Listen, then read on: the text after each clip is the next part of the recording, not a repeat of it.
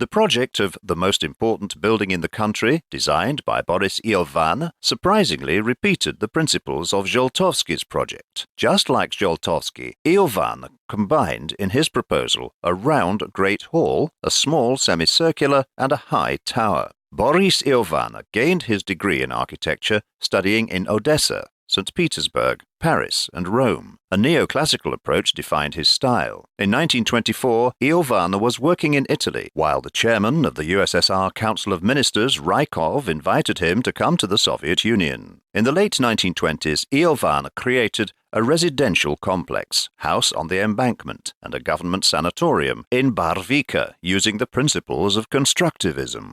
Iofan, with his academic education and experience with the classical tradition, managed to give his projects a new impetus and creative freedom of the architectural avant-garde. According to Iofan's drawings, the Palace of the Soviets wasn't encircled. The project had an open composition with a rectangular plaza in the center. The plaza, surrounded by raised stands, was intended for parades and mass events. From the Volchanka side, there was a semicircular small hall. There was also a column-like tower at the plaza. In the lower part of the tower, there was an entrance to a large circular hall. The main halls were interconnected by means of porticos, which contained the auxiliary facilities.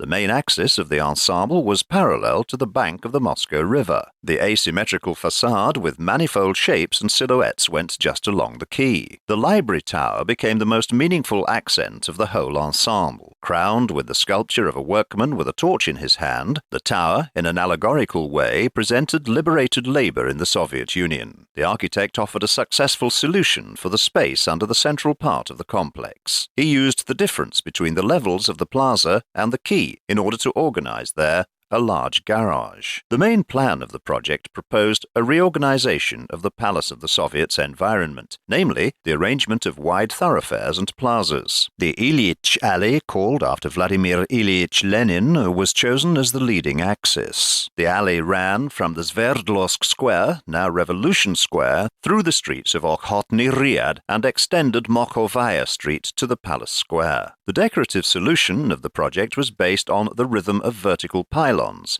which referred to the classical order system. The rhythm of vertical partitions which encircled the tower spirally became an interlink for the whole ensemble. The composition emphasized the proportionality of the main elements and enhanced the dynamic vertical of the tower. Overall, Boris Iofan's project for the open all-union competition for the Palace of the Soviets offers a fairly succinct solution, not overloaded with decorative elements. The project was based on a successful combination of new forms and experience of the past, dynamics, and expressiveness.